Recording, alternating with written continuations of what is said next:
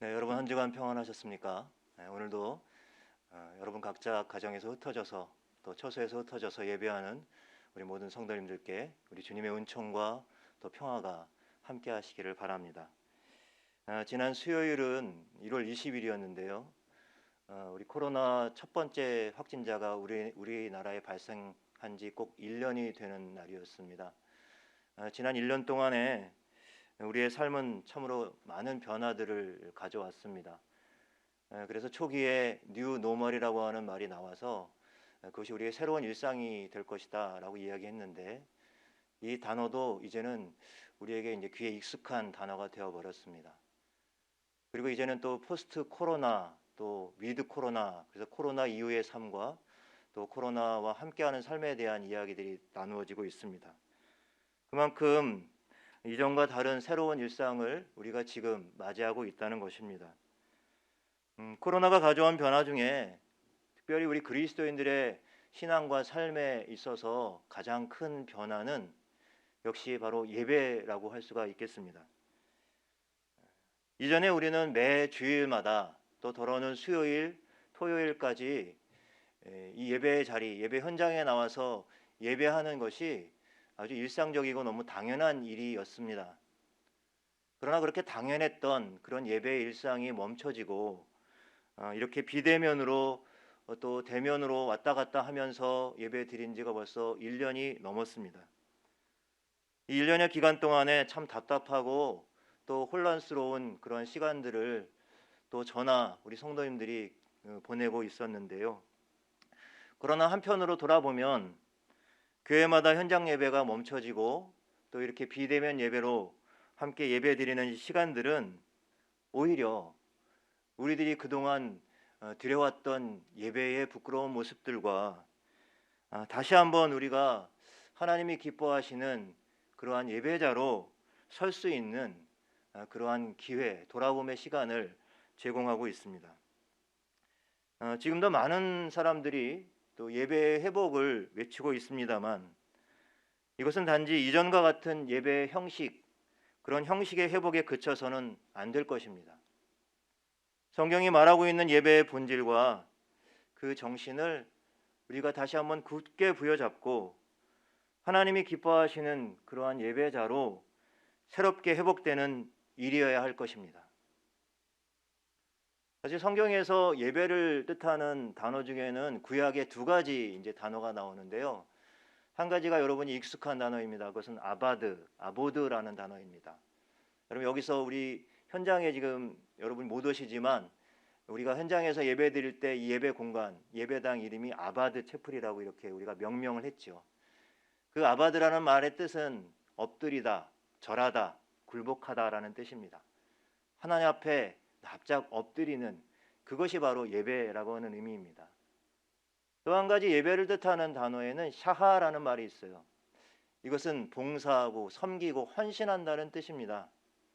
그러니까 이 두 가지 말을 연결시키면 예배는 하나님 앞에 와서 엎드리는 일이고, 그리고 예배는 우리의 헌신, 이 헌신에는 물질을 드리는, 예물을 드리는 헌신이 있겠고 또 우리의 삶을 드리는 헌신, 이러한 모든 헌신을 하나님께 올려드리는 것입니다. 영어에도 이 예배를 뜻하는 단어가 worship service라고 이렇게 이야기하는데요. 여기서 이 worship이라는 말은 우리가 경배라고 이렇게 번역이 되지만, 이 worship이라는 말의 단어를 잘 살펴보면 가치를 뜻하는 말과 신분을 뜻하는 그 단어가 결합된 그러한 영어입니다.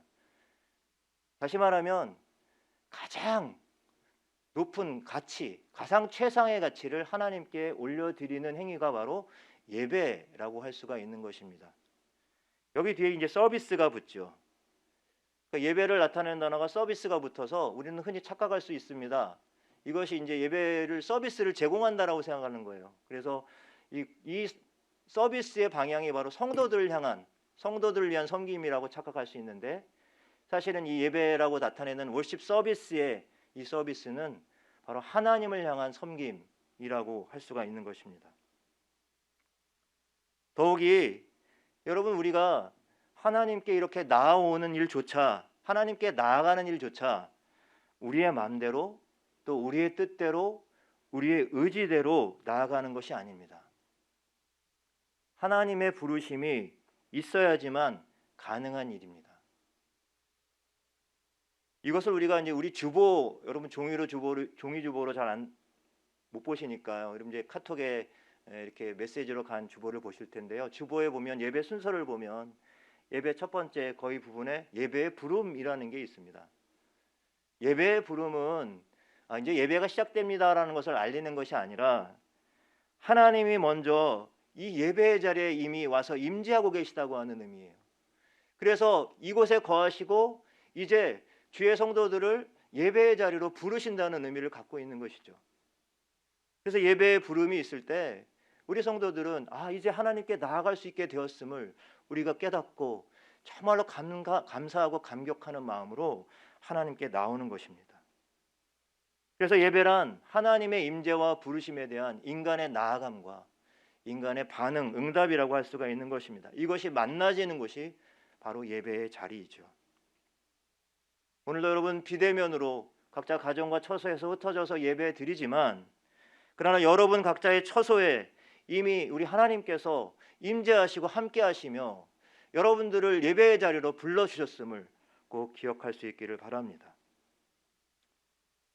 그런데 요사이 이제 이렇게 비대면으로 함께 예배 드리다 보니까요, 점점 갈수록 성도들이 또 예배하는 예배자들이 하나님 앞에 나아가는 그런 헌신된 예배자로서 나아가는 모습보다는 이 화면을 통해서 비춰지는 그 예배의 모든 그 순서와 의식을 편안하게 시청하는 시청자들이 되어가는 것은 아닐까라고 하는 의구심이 자꾸 듭니다. 여러분 요즘 너무 많은 영상의 홍수 시대에 살아가고 있죠. 뭐 유튜브니 넷플릭스니 요즘 TV도 잘 보지는 않습니다. 뭐 손가락 몇 번만 쓰고 하면 주옥 같은 그러한 설교 영상과 또 많은 또 신앙을 이렇게 깨우는 그런 영상들을 찾아볼 수가 있습니다. 필요에 따라서 선택할 수 있어요. 뭐 채널을 돌리듯이 선택할 수 있는 시대가 되었습니다. 뭐 교회들도 너나 할 것 없이 많은 영상들을 경쟁적으로 막 쏟아내고 있습니다. 물론 성도들의 영적인 필요들을 채우기 위한 귀한 노력의 일환으로서 긍정적인 요소가 있고, 또 우리 다음 세대를 향한 어떤 소통의 방식으로서 이러한 것들이 굉장히 중요한 가치가 있는 것은 사실입니다. 그러나 자칫 잘못하면 우리가 예배자로 하나님 앞에 나아가는 것보다, 그래서 우리가 하나님 앞에 헌신된 모습으로 나아가는 모습보다 때로 관객처럼, 시청자처럼, 구경꾼처럼, 때로는 어떤 종교 서비스를 받는 종교 소비자가 될 수 있음도 우리가 주의할 필요가 있습니다. 이것이 그냥 이렇게 습성화가 되다 보면 어떠한 헌신도 없는 예배, 십자가 없는 그러한 예배, 때로는 우리가 헌금을 드리고 예물을 드려도 그것이 우리가 만족스럽고 서비스를 받았다는 것에 대한 어떤 대가 지불처럼 그렇게 착각할 수도 있는 것이죠. 그래서 일찍이 죄렌 키에르케고르라고 하는 신학자는 예배를 하나의 공연에 비유를 했습니다. 예배가 공연이란 말이 아니고요, 예배를 만약에 공연에 비유한다면 이런 전제를 가지고 이런 이야기를 합니다. 그렇다면 이 예배에서 과연 관객은 누구일까? 여러분 우리가 예배를 드린다면 이게 공연이라면 여러분 예배에서 관객은 누구이겠습니까? 언뜻 생각할 때는 성도들이 앉아있고 목사는 설교를 하고 찬양대가 찬양을 하고 이걸 보니까 성도들이 스스로 관객처럼 생각할 수 있지만, 그러나 이 죄렌 키에르케고르는 이렇게 말합니다. 예배에 있어서 관객은 오직 한 분이신 하나님이시다. 목회자도, 때로는 찬양을 인도하는 찬양자도, 찬양 인도자도, 찬양대도, 그리고 성도 모든 한 사람 한 사람이 다 하나님을 기쁘시게 하기 위한 그런 공연자로 이 예배의 자리에 와 있다는 말이죠. 그렇다면 여러분, 우리가 비록 지금 화면을 통해서, 영상을 통해서 여러분들이 예배를 드리고 있지만 이것은 그냥 보여지는 것이 아니라 오히려 이 영상이 하나님께 나아가는 통로가 되어서 우리가 하나님께 헌신하고 또 그 다짐을 하며 하나님께 예배자로서 나아가고 있다고 하는 사실을 꼭 기억해야 할 것입니다. 그래서 비록 이렇게 화면으로 예배를 드려도 우리의 마음과 우리의 태도를 늘 새롭게 가다듬어야 하는 것이죠.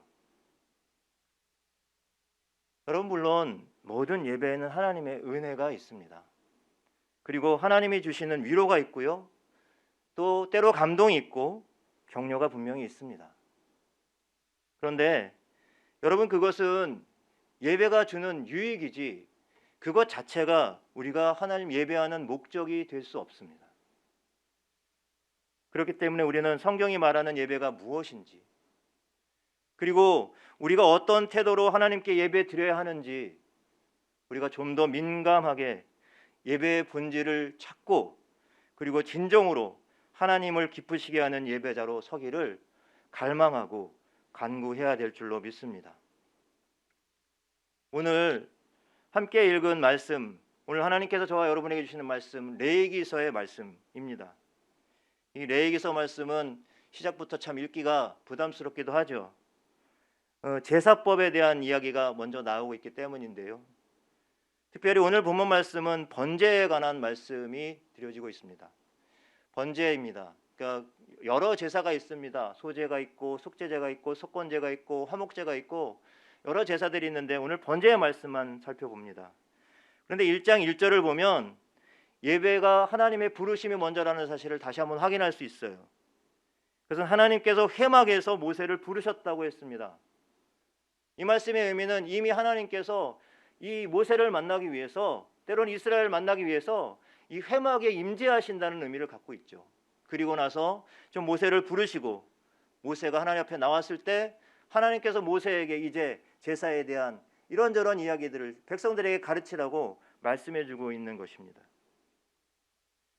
여러분, 이 레위기는 이스라엘 백성들이 이제 출애굽을 해서 하나님과 시내산에서 이제 백성이 되는, 하나님과 하나님 백성 사이에 언약이 맺어지는 그러한 모습 속에서 나타난 그러한 말씀입니다. 하나님과 맺은 그 언약의 백성으로서 이스라엘 백성들이 잘 살아갈 수 있도록 하기 위해서 하나님께 바쳐야 되는 제사의 법에 대한 것을 가르치고 있습니다. 구약의 제사를 예배로 대체해서 오늘 우리가 드리고 있는데요. 오늘 우리들에겐 이 레위법의 제사들이 굉장히 비현실적이고 정말 이렇게까지 했을까라는 생각이 들 정도입니다. 그래서 굉장히 낯설게 느껴지기도 합니다. 용어 하나하나가 복잡하고요. 그리고 반복되는 행동의 지시, 어떤 규정들을 보면 벌써 가슴이 갑갑하게 다가오죠. 그래서 연초에 성경을 통독하고자 하셨던 분들이 이제 마음 먹고 도전을 했는데 제일 낙심케 만드는 첫 번째 관문이 바로 이 레위기입니다. 지금 성경 통독 과정이 출애굽기 말씀이 거의 끝나가고 있을 텐데요. 이제 다음 달부터는 레위기로 이제 들어가게 됩니다. 레위기를 살짝 좀 뛰어넘고 가고 싶은 유혹이 좀 느낄 수 있습니다.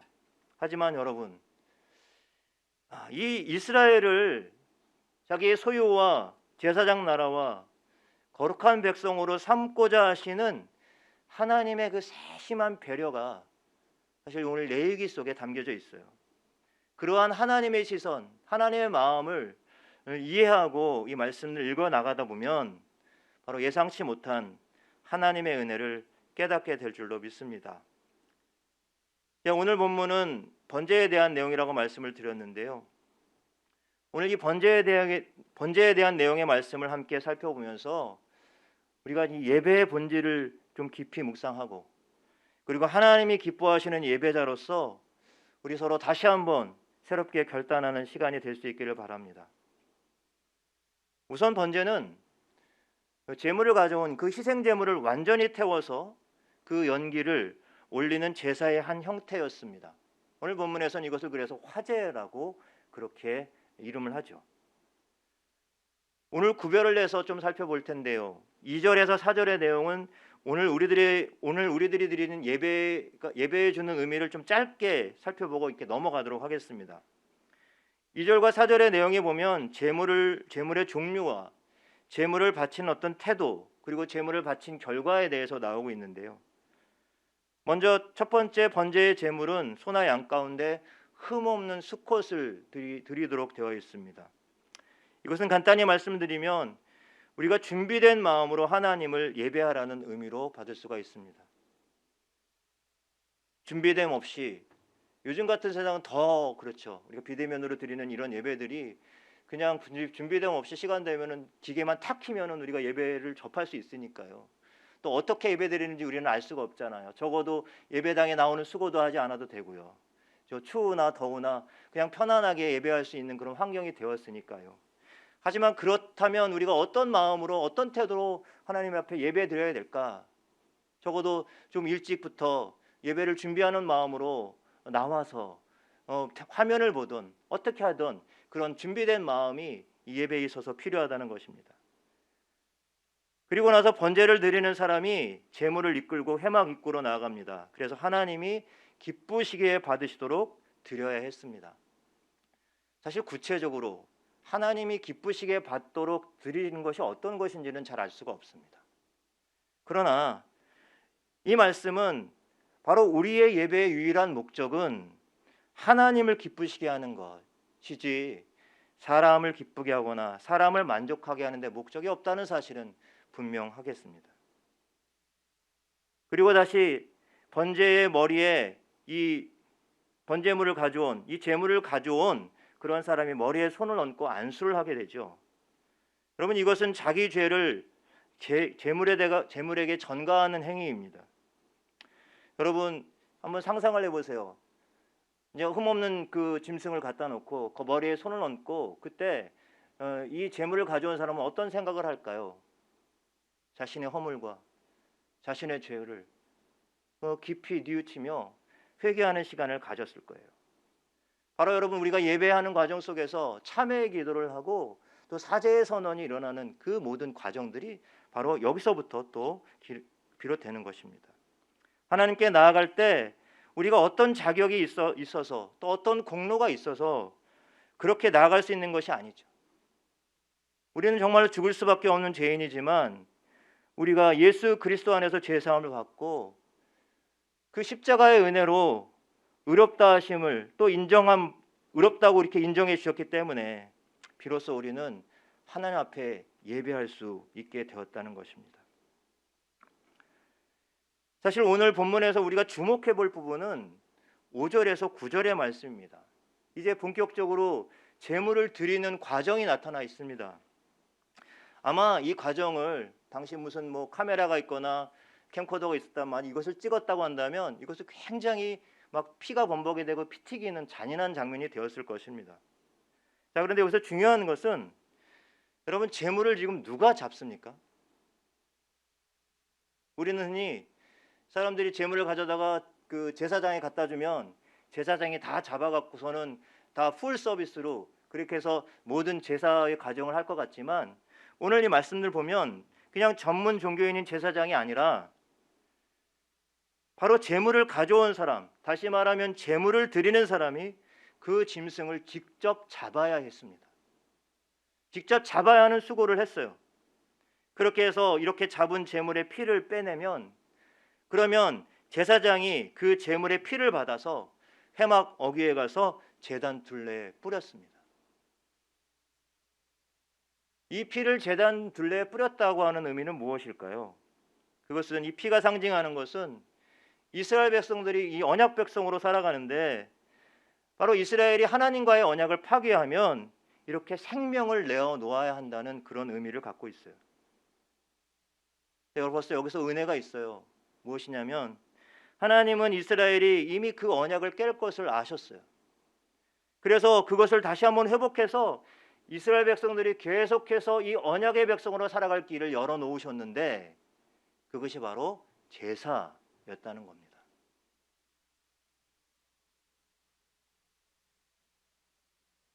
여러분, 히브리서의 기자는 그래서 이 제사의 의미를 이제 오늘 우리 시대에는 더 이상 이런 여러 번의 반복적인 짐승으로 드리는 제사가 필요 없게 되었다고 말하고 있죠. 오직 예수 그리스도께서 십자가에서 단 한 번의 희생제물로 드려짐으로 우리는 하나님께 나아가는 그 길이 열렸다고 말씀해주고 있지 않습니까? 여러분, 이 레위기에서 재물을 가리키는 이 단어가 갖고 있는 의미가 있어요. 이것은 잃어버린 그 관계, 잃어버린 친근함을 다시 회복한다는 의미도 있고, 또 이 단어에는 사람의 심장과 창자라고 하는 사람의 내장을 가리키는 의미도 갖고 있어요. 그러니까 우리가 하나님께 제물을 드리며 나아간다고 하는 것은 바로 나의 심장과 나의 창자, 다시 말하면 나의 생명을 바치는 마음으로 나아간다는 겁니다. 그래서 잃어버렸던 하나님과의 관계를 다시 회복하는 것을 바로 의미하는 것이 제사였던 거죠. 바로 우리가 이런 마음을 가지고 하나님께 나온다면, 우리가 우리의 생명을 바치는 마음과 열정으로 하나님께 나아오고 있다면, 여러분, 우리의 예배는 결코 가볍지 않겠죠. 물론 우리가 예배가 무슨 장례식처럼 그렇게 우울한 그런 분위기로 드리라는 말씀이 아니라, 이러한 마음에 그러한 내 생명을 하나님께 드리는 그 헌신된 마음으로 예배의 자리에 나오라는 말씀입니다. 또 제물을 가져온 사람이 이제 번제의 가죽을 벗기고, 오늘 이어지는 제사의 과정을 보면 이 고기를 각을 뜨고 그리고 벌려 놓습니다. 그러면 제사장이 그 각을 뜨고 벌려 놓은 고기를 다시 가져다가 제단 위에 태워요. 그리고 나면 또 제사를 드리는 사람, 제물을 가져온 사람이 다시 내장과 내래를 물에 씻어주고 그것을 다시 제사장에게 주면 제사장이 그것을 다시 제단에 가서 불태웠습니다. 이렇게 모든 것을 불태워서 연기로 드리는 제사가 바로 번제였던 것입니다. 여러분, 5절에서 9절까지 제사 드리는 모든 과정에서 우리가 정말 주목해 볼 것이 무엇이냐면, 바로 제사를 드리는 사람과 제사장의 역할이 지금 분리되어 있다고 하는 것입니다. 주고 받고 주고 받고 이렇게 되어 있어요. 여기서 이 제사장은 언뜻 제사를 돕는 그런 사람입니다. 그리고 실제로 제사를 드리는 그 사람이 주체가 되어서 있습니다. 이후에 레위기에 나오는 모든 제사가 제물도 좀 다를 수 있고 제물을 드리는 형태가 좀 다를 수 있지만, 항상 제사장과 제물을 드리는 사람 사이에는 이렇게 일관되게 역할이 분담되어 있습니다. 여러분, 이것이 의미하는 바가 있습니다. 그것은 하나님께 드리는 제사에서 그 어느 누구도 구경꾼일 수 없다는 사실입니다. 이게 뭐 대단한 일일까? 이렇게 생각할 수 있습니다만, 오랜 애굽 생활 속에서 애굽의 노예 생활을 하면서 그 애굽의 모든 문화와 습성에 익숙해져 있던 이 이스라엘 백성들에게는 이것이 굉장히 놀라운 경험이었던 겁니다. 왜냐하면 애굽에서 드려지던, 이집트에서 드려지던 제사는 그냥 몇몇 소수의 제사장들이 어떤 신탁을 받고 신의 응답을 받거나 아니면 어떤 신적인 능력을 받기 위해서 그렇게 벌이는 그런 제사였습니다. 그리고 그 제사의 중심은 언제나 제사장이었던 거예요. 제사장들은 그냥 소수의 권력을 갖고 있던 그런 특권 계층이었습니다. 그래서 이제 제사에 오는 사람들은요, 예전에 뭐 시골에서 이렇게 무당들이 푸닥거리하면 무당이 막 뭐 춤을 추고 막 그렇게 국거를 해도 사람들은 뭐 합니까? 붓을 그냥 봐요. 구경해요. 그리고 떡이나 먹죠. 이게 구경꾼이에요. 그러니까 이집트에서의 제사도 이런 형태였던 겁니다. 그냥 수동적으로 굿이나 보고 떡이나 먹는 식이 바로 이스라엘 백성들이 그동안 경험했던 제사의 경험이었던 거예요. 그런데 오늘 본문에서 하나님은 출애굽한 이스라엘 백성들을 이런 제사의 구경꾼이 아니라 능동적으로 하나님께 나올 수 있는 거룩한 존재로 회복시켜주고 계세요. 그래서 출애굽기 19장에 보면 하나님이 이스라엘 백성들에게 나의 소유, 거룩한 백성, 그죠? 제사장 나라, 이런 표현을 쓰시죠. 그러니 여러분, 우리들이 그냥 읽어나가기에는 참 답답하고 그리고 참으로 복잡하고 그래서 읽어나가기 쉽고 피하고 싶은 그런 제사 레위기지만, 이스라엘 백성들의 입장에서 보면 그들이 하나님께 드리는 제사는 그냥 부담스러운 어떤 의무와 그런 의미가 아니라 제사 드림 그 자체가 은혜였고, 그리고 하나님 백성됨의 특권이었던 것입니다. 여러분, 사랑하는 마음만 있으면 아무리 귀찮아도 기쁨으로 그것을 감당하잖아요. 우리의 자녀들을 키울 때 때론 속색이고 또 힘들게 해도 부모들이 사랑하는 마음이 있기 때문에 그들을 품고, 때로는 질책하기도 하고 때로는 훈계하기도 하지만 그들을 계속해서 품어가고 사랑으로 모든 것을 감싸주지 않습니까?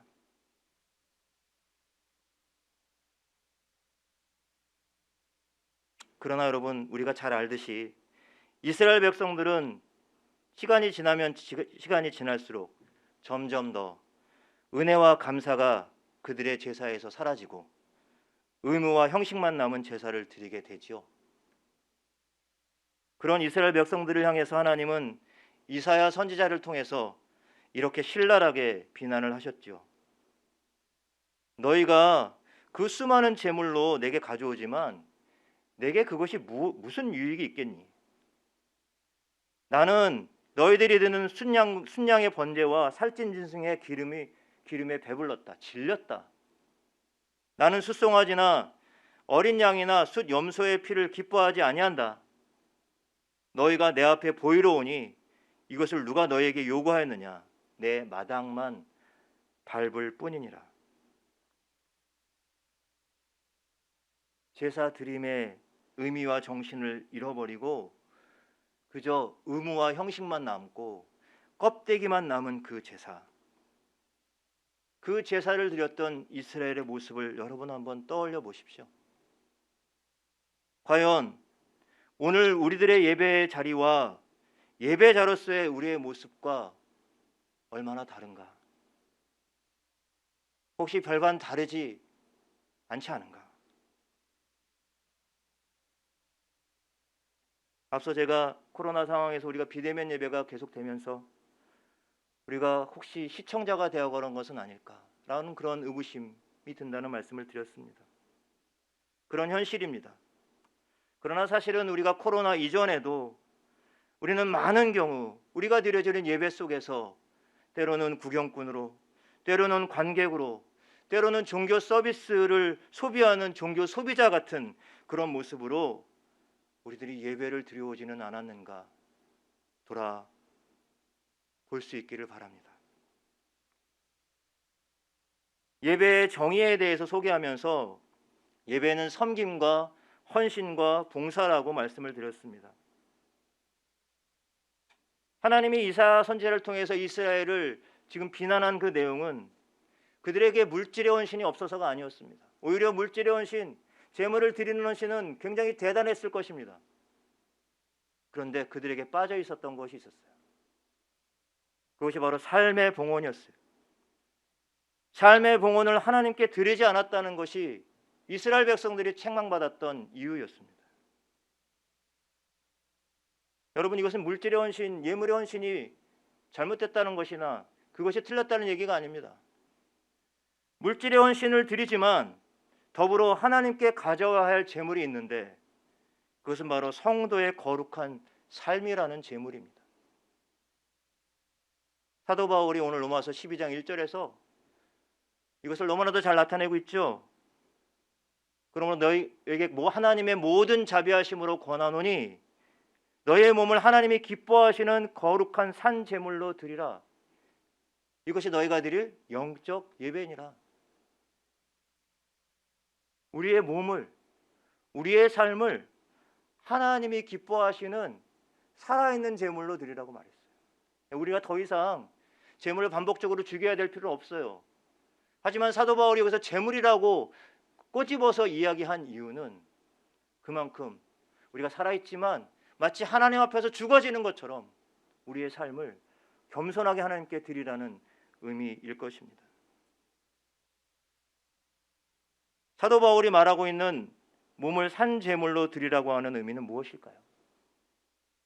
그것은 바로 성도들이 살아갈 거룩한 삶입니다. 이 거룩한 삶은 그냥 내가 거룩한다고 거룩해지는 게 아니라 바로 이웃과의 관계를 통해서 드러나는 것입니다.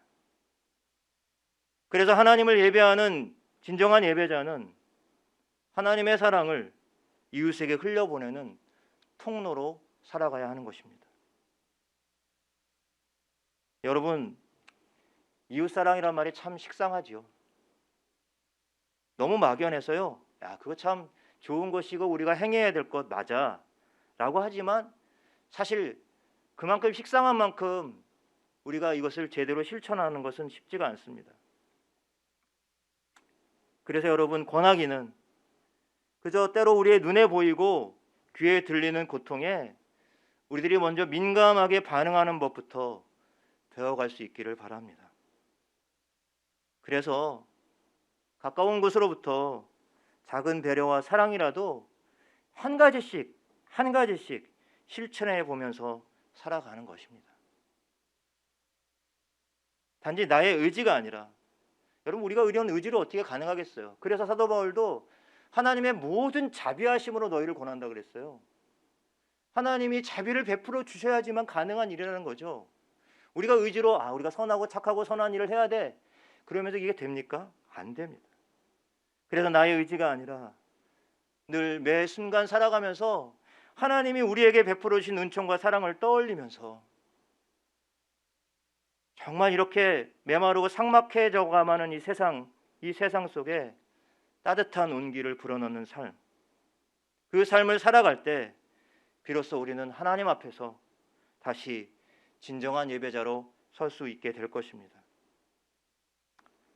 코로나로 힘겨운 겨울 이제 조금 있으면 지나갈 것이고 우리의 일상은 조금씩 회복될 것입니다. 우리의 예배의 자리도 회복되어질 것입니다.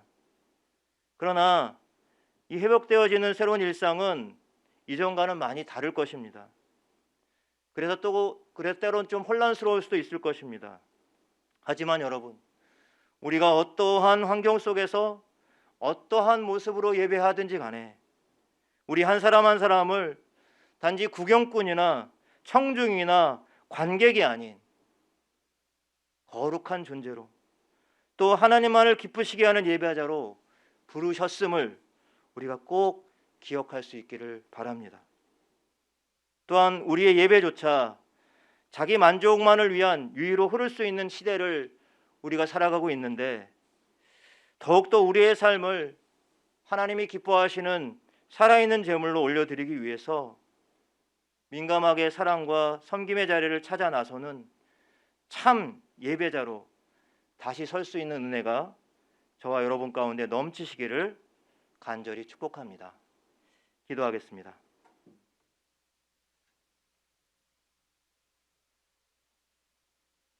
점점 갈수록 사랑이 식어지고 자기 만족에만 몰두하는 이 세태 속에서 어쩌면 하나님을 예배하는 일조차 우리의 만족을 위한 일로 왜곡하고 착각하는 세상 가운데 우리가 살아가고 있습니다. 하나님의 자비와 긍휼로 우리를 살펴주셔서 정말 우리 안에 하나님만을 기쁘시게 하는 예배가 회복되게 하옵소서. 또한 우리를 왕같은 제사장으로 거룩한 존재로 부르신 하나님의 은혜를 날마다 기억하게 하옵소서. 그래서 성도의 거룩한 삶의 열매를 가지고 하나님께 나오는 예배자로 살아갈 수 있도록 은혜를 베풀어 주시옵소서. 높은 뜻 섬기는 교회의 예배가 성도들의 거룩한 삶의 이야기로 가득 차서 진정 하나님이 기뻐 받으시는 예배를 올려드릴 수 있도록 역사하여 주시옵소서. 감사드리며 예수님의 이름으로 기도드립니다.